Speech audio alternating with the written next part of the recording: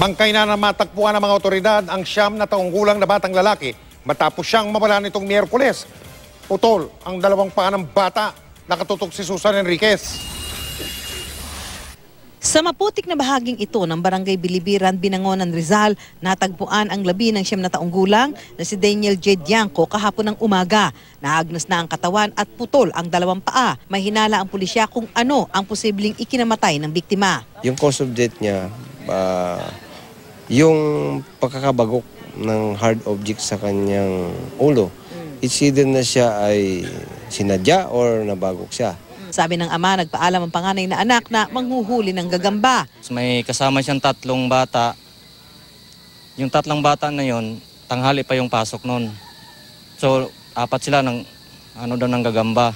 Kwento ng huling kasama ng biktima, unang nagpaalam ang biktima na uuwi. Nag-iisa daw itong umalis. Inaka na po si Jijid ng gagamba. Sabi niya uuwi na daw po siya. Tapos pinayagan din po na. Naghanap po kami saglit. Tapos umuwi na rin po kami. Sa tinamang pinsala ng biktima, hindi naniniwala ang pamilya na aksidente lang ang nangyari. Parang pinagtripan o ano eh. Bakit?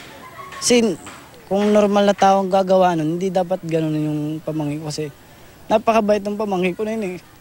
Iniimbestigahan na ng pulisya ang tunay na nangyari sa biktima, kung sinadyang pagpaslang ba ang insidente at kung ano ang motibo o kung ang pangyayaring ito ay isang aksidente. Yung mga guardia o yung security agency na in charge dyan sa area na yan, ay i-consider din natin na maimbestigahan. Susan Enriquez, Nakatutok, 24 Oras.